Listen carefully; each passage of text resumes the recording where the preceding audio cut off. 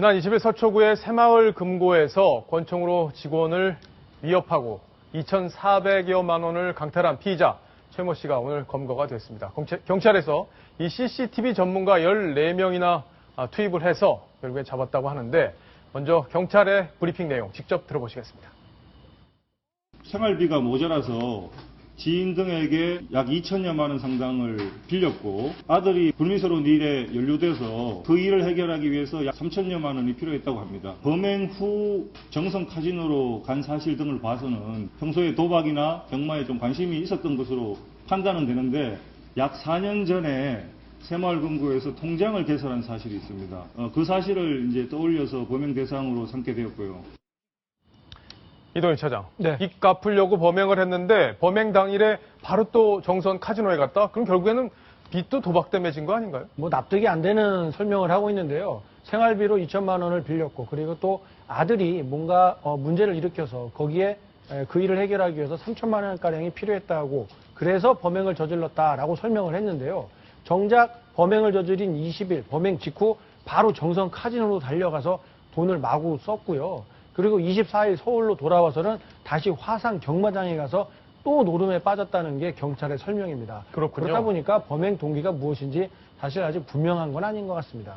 근데 권총을 들고 들어갔잖아요. 그때 그 권총이 장난감 총이라면서요? 그 화면을 통해서 많이 또 분석을 해가지고 이게 가스총이다, 장난감 총이다 여러 말들도 많았는데요. 오늘 최종적으로 그 사람 집에서 나온 것은 장난감 권총, 그것도 지금 20살 된 아들의 15년 전 장난감 총인 것으로 확인이 됐습니다. 그래요. 근데 백성문 변호사, 이렇게 총 보면, 장난감 총 보면 금방 티가 나지 않을까요?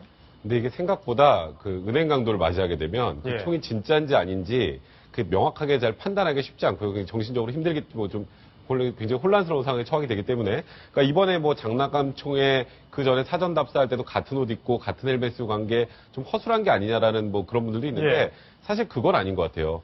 그러니까 이분은 그날 범행의 총 소요 시간이 5분이 채 안 됐습니다. 들어가서 돈을 받아서 나온 것까지 5분이 채 되지 않고 사실 이번에도 그 관내에 어마어마하게 많은 CCTV가 있었고 CCTV 분석가가 14명이나 달라붙어서 결국 범행을 이제 붙잡은 거기 때문에 뭐 그렇게 허술하게 했던 것 같지는 않고요. 이 사람 같은 경우에는 장난감 총을 사용했을지라도 일반 강도죄가 아니라 특수 강도죄로 처벌받습니다. 특수 강도죄. 다만 장난감 총이었기 때문에 예. 사실상 가능성이 없어서 형이 조금 감형될 수는 있어도 일반 강도죄가 아니라 특수 강도죄로 처벌받아서 5년 이상의 유기징역형에 처해지게 그래요? 되는데 예. 굉장히 중한 형벌이 예상이 됩니다. 네.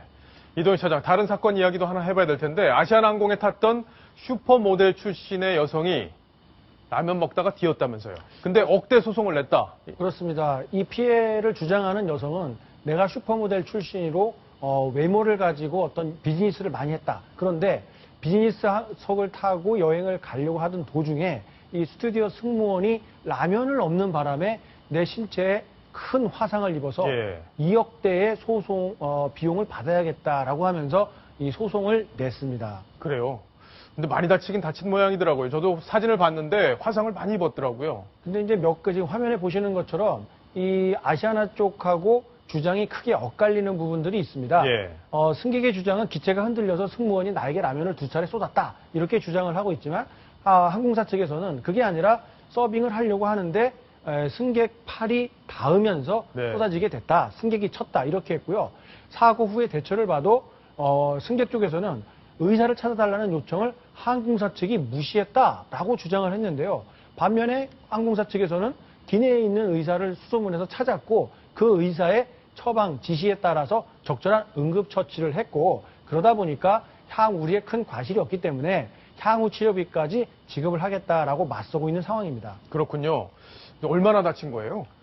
화상을 지금 그 하반신 쪽으로 해서 2도에서 3도, 그러니까 뭐 가볍지 않고 아주 중한 화상을 입은 거는 맞는 것 같습니다.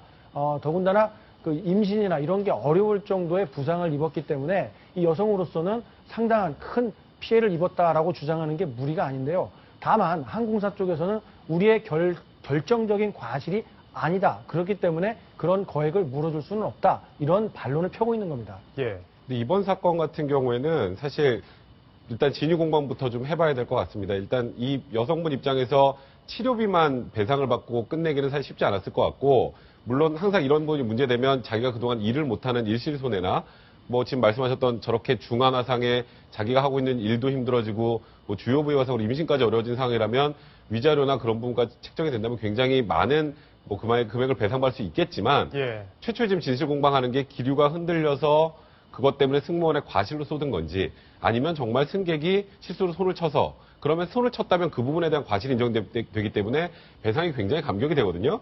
그리고 또 아까 나왔던 의사가 적절한 조치를 했는지 예. 부분 관련해서는 그 부분 입증이 가능하기 때문에 그런 부분들이 종합이 되면 만약에 이 승객 얘기가 전부 다 전적으로 맞다면 저는 지금 뭐 2억 원이라는 돈이 그렇게 뭐 불합리하게 터무니없이 큰 돈 같진 않고 만약에 이 승객의 진술보다 아시아나항공의 진술에 좀 더 설득력이 있다면 저 치료비에서 조금 더 배상을 받는 정도, 예. 그 정도 선에서 마무리될 거라는 생각 같습니다. 알겠습니다. 자, 사건, 사고 관련 소식 여기까지 정리하겠습니다.